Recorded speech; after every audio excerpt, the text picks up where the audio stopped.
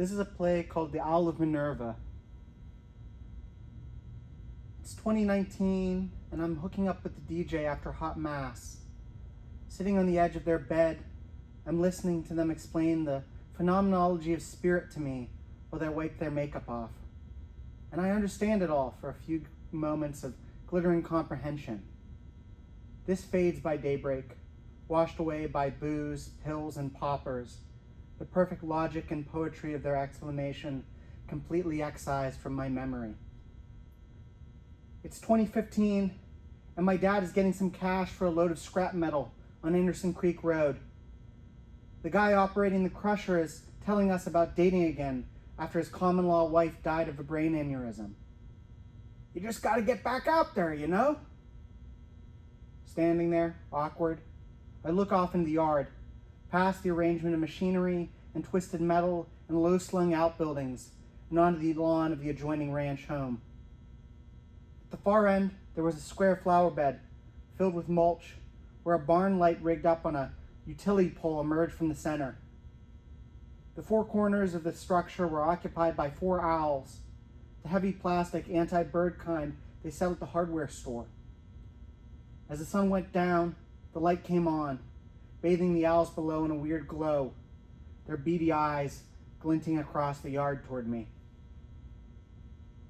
It's the year 2000, and 26-year-old Austin area radio host Alex Jones is crashing through the bushes above the campground of the Bohemian Club in Monte Rio, California, accompanied by his cameraman and a journalist from the BBC.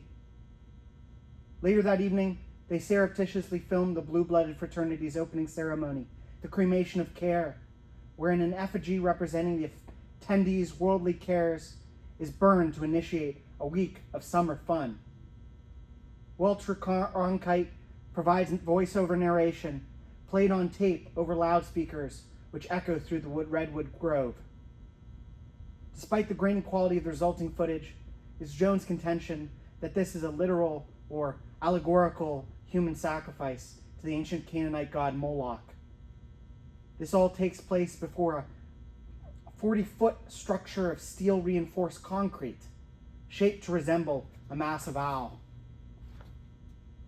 It's 1821, and George Friedrich Hegel writes in the preface of The Elements of the Philosophy of Right, "When philosophy paints on gray, then has the shape of life grown old. The Owl of Minerva spreads its wings, only with the coming of the dusk." It's 1799, and Francisco Goya completes the 43rd etching in Los Caprichos, comprising a figure doubled over on his desk, a monstrous owl perched at his shoulder. An inscription at the bottom left corner reads, "El sueño de la razón produce monstruos." The dream of reason produces monsters. It's the 1st century AD, and Pliny the Elder writes in his Natural History, "The birds of the night also have crooked talons, such as the owlet, horned owl, and screech owl, for instance, the sight of all of which is defective in the daytime. The horned owl is especially funereal, and greatly abhorred in all auspices of a public nature. It inhabits deserted places, and not only desolate spots, but those of a frightful and inaccessible nature. The monster of the night, its voice is heard, not with any tuneful note, but emitting a sort of shriek. Hence it is looked upon as a direful omen to see it in a city, or even so much as in the daytime. I know, however, for a fact, that it is not portentous of evil when it settles on top of a private home. It cannot fly whither it wishes in a straight line, but is always carried along by a sidelong movement."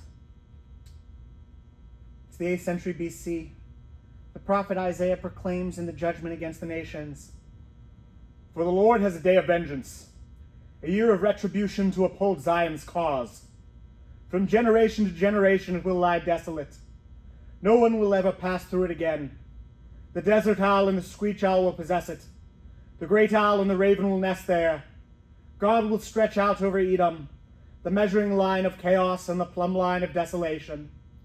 Her nobles will have nothing there to be called a kingdom. All her princes will vanish away. Thorns will overrun her citadels, nettles and brambles her strongholds. She will become a haunt for jackals and a home for owls."